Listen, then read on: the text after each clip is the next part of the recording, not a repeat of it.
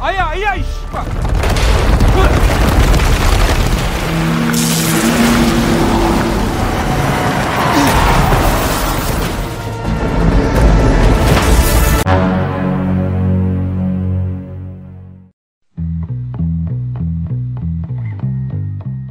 Halo semuanya, selamat datang kembali bersama saya Jul di Namatin Film. Kali ini saya akan membahas alur cerita dari sebuah film yang berjudul The Plot tahun 2024. Cerita ini mengisahkan tentang seorang pembunuh bayaran yang memiliki kemampuan luar biasa. Apakah kemampuannya itu? Nah, penasaran kan?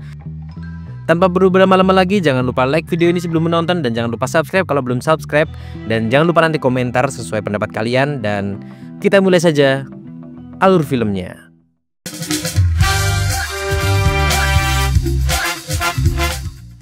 Latar waktu film ini adalah malam Natal, tepat tanggal 24 Desember. Saat itu terjadi sebuah kecelakaan lalu lintas yang mengubah seluruh hidup seorang pria bernama Yong. Dan sahabatnya yang bernama Jack menjadi korban dalam tragedi tersebut. Meski publik menyebutnya sebagai insiden biasa, Yong merasa ada yang janggal. Ia yakin sahabatnya tak mati secara kebetulan, dan ada pihak yang sengaja menyusun rencana keji itu. Dengan kecermatan analisis yang dimilikinya, Yong membaca adanya motif tersembunyi. Dia meyakini bahwa sahabatnya memang diincar untuk dibunuh. Esok paginya tempat kecelakaan itu masih dalam proses penyelidikan polisi dan menyebabkan kemacetan yang sangat panjang. Di antara pengendara, seorang pengusaha tua terjebak dan dibuat kesal karena hampir ditabrak oleh kurir makanan. Ayah, ayah, Pak. Emosi yang meledak membuat pengusaha itu mengejar si kurir, berniat memberinya pelajaran. Namun nasib berkata lain. Saat nyaris menangkap kurir, ia malah masuk ke kawasan konstruksi. Mobilnya terkena runtuhan dan ambruk. Malangnya, dinding di samping juga roboh dan langsung menimpanya hingga tewas.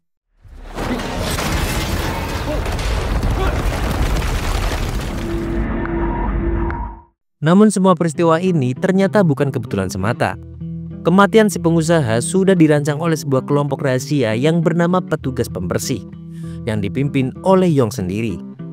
Ya, pria jenius itu hidup di sisi gelap dunia, menggunakan kepintarannya untuk mengatur strategi pembunuhan tanpa pernah menyentuh korbannya.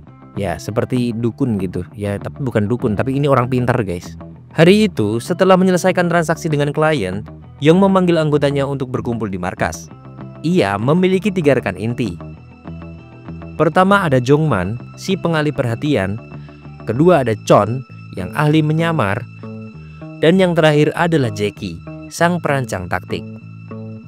Tapi pada malam itu, suasana rapat terasa berbeda. Yong tampak tak tenang. Pikirannya terganggu oleh kematian Jack dan ia merasa kelompok lain dari petugas pembersih mungkin sedang memburu mereka. Setelah pertemuan, mereka pun pulang masing-masing. Dalam perjalanan, Jongman yang belum mengenal siapa itu Jack bertanya kepada Jackie mengapa Yong begitu terpukul. Jackie pun menjelaskan bahwa Jack bukanlah orang biasa. Ia dan Yong adalah pendiri kelompok mereka, bersahabat sejak kecil dan bersama-sama bertumbuh di dunia kriminal maksudnya. Keesokan harinya, Yong terlihat tengah mengamati seorang wanita bernama Jo Yong Sun. Wanita itu datang untuk meminta bantuannya dalam menyingkirkan seseorang. Yang mengejutkan, target pembunuhan yang dimaksud ternyata adalah ayah kandungnya sendiri. Setelah Jo Yong Sun menaruh dokumen target di tempat yang mereka sepakati, Yong langsung menelaah informasi dalam berkas tersebut. Dari arsip-arsip berita lama, tersingkap kisah kelam keluarga Jo Yong Sun adalah anak sematawayang dari keluarga terpandang di Korea. Ibunya adalah pembisnis properti sukses, sementara sang ayah adalah jaksa senior. Ketika ibunya terlibat skandal suap, posisi ayahnya ikut terancam. Tak lama setelah itu, ibunya meninggal dalam kecelakaan yang mencurigakan. Sejak saat itu, Jo Yong Sun meyakini bahwa kematian sang ibu bukanlah takdir, melainkan buah dari konspirasi ayahnya sendiri. Itu sebabnya dia ingin Yong membantu menghabisinya. Namun saat Yong menyelidiki kasus ini lebih dalam, ia mulai merasakan keanehan. Ia menduga ada kelompok petugas pembersih lain yang diam-diam mengintai mereka. Pada malam yang sama, Yong kembali memanggil anak buahnya untuk berkumpul dan membicarakan hal ini. Tapi kekhawatiran mulai muncul dari para anggotanya, karena Yong belakangan ini terlihat sering bicara sendiri. Penyakit delusi yang dideritanya membuatnya berhalusinasi. Ia kerap bicara dengan bayangan Jack, sahabatnya yang telah tiada. Keesokan harinya, Yong dan timnya kembali berdiskusi soal rencana eksekusi jaksa ayah dari Jo Yong Sun. Mereka menimbang berbagai cara, salah satunya mensimulasikan kecelakaan lalu lintas. Namun metode itu dianggap terlalu beresiko karena bisa memakan korban tak bersalah.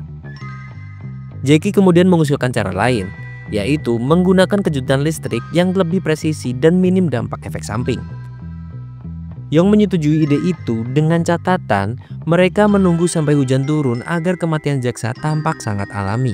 Setelah semuanya tersusun rapi, misi pun dimulai. Yong mengawasi aktivitas sang jaksa dan lingkungan sekitarnya, mengumpulkan setiap informasi penting, dan di malam hari saat para wartawan berkumpul untuk meliput acara, kilatan flash kamera akan menjadi kamuflase untuk membunyikan aksi mereka. Namun di waktu yang sama muncul seorang YouTuber misterius yang melakukan siaran langsung. Dan dalam live streamnya, ia menyebutkan bahwa kematian sang jaksa akan segera terjadi. Ia bahkan mengeklaim bahwa dalang dibalik pembunuhan itu adalah sosok berjuluk manusia kupu-kupu. Kini kita kembali kepada Yong dan kelompoknya. Hujan mulai turun seperti yang telah diperkirakan sebelumnya. Dengan cepat, Yong memberi instruksi kepada timnya untuk bersiap-siap. Ia mulai memeriksa sekeliling dan memastikan tak ada kesalahan dalam pelaksanaannya. Tapi saat hendak memberikan kode kepada Jackie, tak ada balasan. Jackie tiba-tiba menghilang begitu saja. Melihat hal itu, Jongman cemas dan meyakini misi ini bisa gagal tanpa kehadiran Jackie. Ia memohon kepada Yong agar operasi dibatalkan. Namun Yong tetap tenang. Walau tanpa Jackie, ia percaya bahwa strategi mereka masih bisa berjalan lancar. Dan misi pun dimulai. Jongman bertugas menyorot sang jaksa dengan flash kamera yang menyilaukan. Di waktu yang tepat, Jo Yong Sun secara tak sengaja melepas kursi roda ayahnya.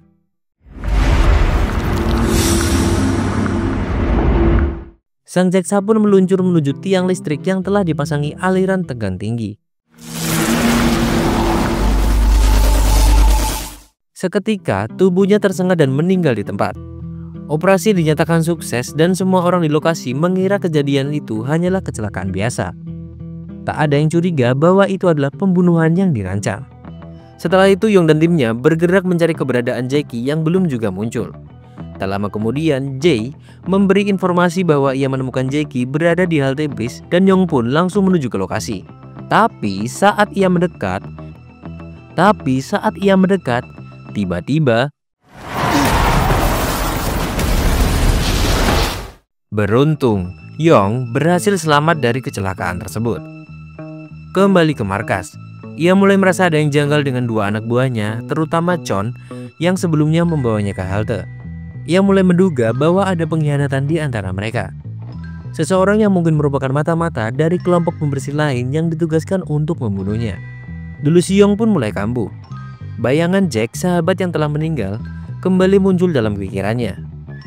Yong semakin yakin bahwa salah satu dari mereka adalah pengkhianat dan meminta keduanya untuk pergi meninggalkan kelompok. Sementara itu, sang YouTuber yang sebelumnya meramalkan kematian jaksa kini tengah menjadi sorotan publik. Popularitasnya melambung setelah ramalannya terbukti akurat. Jumlah pengikutnya pun melonjak drastis, menjadikannya idola baru dari dunia maya. Namun, di balik ketenarannya, ada sosok misterius yang selalu membocorkan informasi padanya, mengarahkan narasi dan memberinya data untuk disiarkan ke publik. Esok harinya, Yong kembali memata-matai Jo Yong Sun dan ia ingin mengetahui apakah wanita itu bersekongkol dengan pihak lain. Tetapi selama pengawasan, ia hanya melihat Jo Yong Sun dalam keadaan murung, ditemani oleh petugas kepolisian. Tidak ada aktivitas mencurigakan yang ia temukan. Yong pun memutuskan untuk pergi. Namun sebelum benar-benar pergi, matanya tertuju pada kemunculan Jackie. Jackie berdiri tepat di depan foto sang jaksa terlihat linglung. Yong yang melihat itu merasa ada sesuatu yang tak beres dan memutuskan untuk mendekatinya. Tapi Jackie justru mengira bahwa Yong adalah Jack, sahabat lamanya yang sudah meninggal. Hal itu membuat Yong makin kebingungan dan semakin curiga. Meski demikian, ia tetap mengikuti Jackie hingga ke rumahnya. Sesampainya di sana, Yong dibuat terkejut oleh kondisi rumah Jackie yang berantakan dan kacau. Saat itulah ia baru menyadari bahwa Jackie ternyata menderita gangguan daya ingat yang cukup parah. Menyaksikan kondisi mantan rekannya yang dulu begitu cerdas kini menjadi orang yang pelupa membuat hati Yong hancur. Ia tak menyangka bahwa Jackie yang dulu tangguh kini berubah sedemikian rupa. Usai dari rumah itu, Yong kembali mengawasi Jo Yong Sun. Tapi kali ini perhatiannya justru tertarik kepada kehadiran seorang pria kantoran yang belum pernah ia lihat sebelumnya. Kecurigaan Yong mulai tumbuh saat pria kantoran ini terlihat mendekati Jo Yong Sun.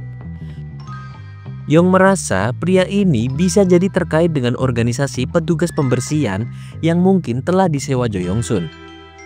Kecurigaannya semakin kuat ketika ia melihat si pria menyerahkan sebuah dokumen kepada Jo Yong Sun yang dokumen itu tampaknya belum selesai dibahas.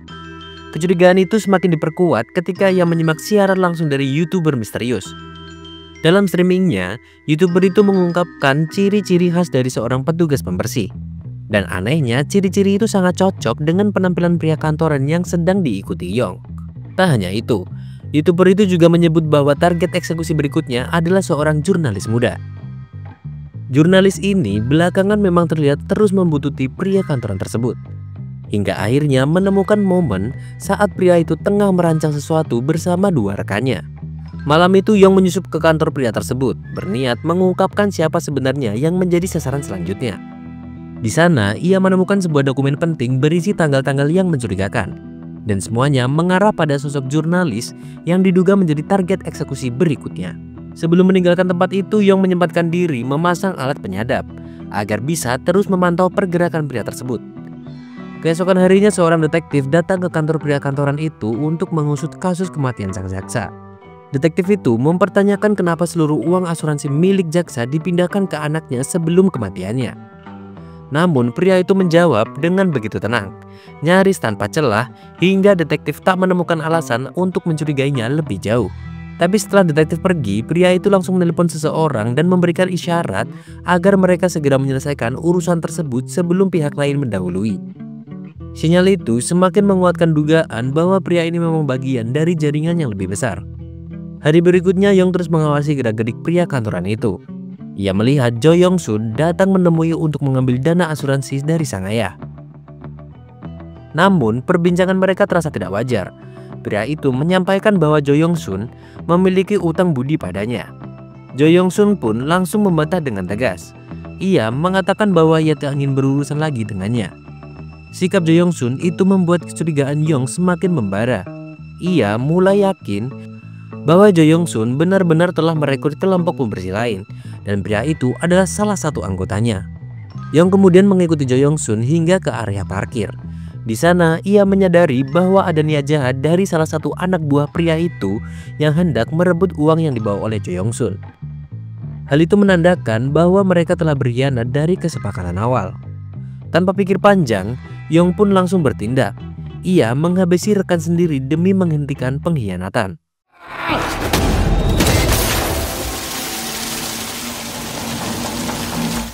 Tapi begitu ia keluar dari gedung, pandangannya langsung tertuju pada Jo Yong Sun yang terjatuh dari atap. Dan ia meninggal tepat di hadapannya. Namun tragedi belum terhenti. Tak lama ponsel Yong berdering dan suara Jackie yang terdengar panik mengatakan bahwa ia sedang berada dalam bahaya. Yong bergegas menuju rumah Jackie, tapi sesampainya di sana semuanya sudah terlambat. Polisi telah tiba di lokasi dan menemukan Jackie dalam keadaan tidak bernyawa. Yong kembali ke kontrakannya hanya untuk menemukan tempat tinggalnya telah digeledah. Banyak barangnya raib termasuk papan catur kesayangannya dan ia mulai merasa benar-benar tak berdaya. Sosok pria kantor yang selama ini dikiranya hanya orang biasa ternyata jauh lebih berbahaya dari yang ia duga. Di sisi lain, sang YouTuber yang selama ini meramalkan kematian mulai mengambil langkah ekstrim. YouTuber tersebut menyamar sebagai kurir paket dan menyusup ke stasiun televisi. Tujuannya jelas, menyabotase siaran langsung demi membongkar identitas asli dari sosok yang ia sebut manusia kupu-kupu. Di saat yang sama, Yong yang telah kehilangan begitu banyak hal memutuskan untuk menggunakan kecerdasannya dalam satu aksi terakhir, yaitu balas dendam. Ia menyusun strategi untuk membunuh pria kantoran itu. Tepat di tengah keramaian kota demi memastikan tak ada yang luput dari rencananya. Namun saat dia memulai aksinya, siaran langsung televisi yang telah diretas oleh sang YouTuber berhasil menayangkan pengakuan mengejutkan. Dalam tayangan itu, YouTuber ini mengungkapkan bahwa manusia kupu-kupu yang selama ini dicari ternyata adalah Yong sendiri. Dan lebih mengejutkannya lagi, pria kantor yang selama ini ia curigai ternyata hanyalah pegawai asuransi biasa. Ia hanya bertugas mengurus donasi yang diberikan oleh Jo Yong Sun kepada seorang jurnalis yang sebelumnya dianggap akan menjadi korban pembunuhan. Pada akhirnya Yong tersadar bahwa semua kekacauan ini yang terjadi, pengkhianatan, kematian, dan kesalahan target,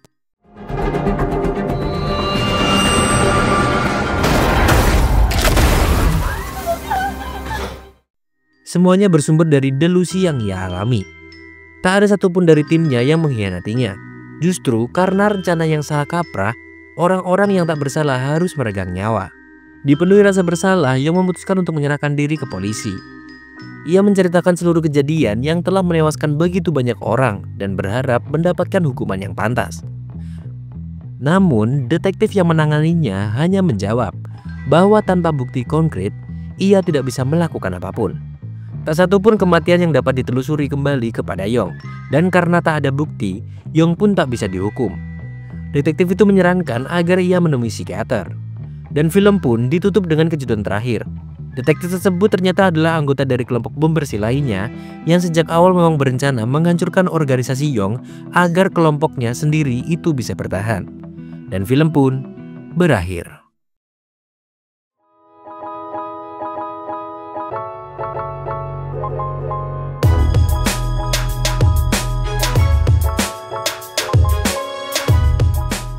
Ya, terima kasih sudah menonton. Kali ini saya tidak akan memberikan pesan-pesan yang bisa diambil karena ini hanyalah film orang yang berdelusi, apa sih namanya, skizo. Orang skizo ini dia harus ke psikolog, psikiater, jadi biar sembuh. Nah, jadi kalau kalian punya penyakit mental atau punya delusi yang berlebihan atau punya saudara, kerabat, dan siapapun itu, tolong segera dibawa ke psikolog atau psikiater agar sembuh dan tidak menjadi masalah bagi orang lain ya guys ya.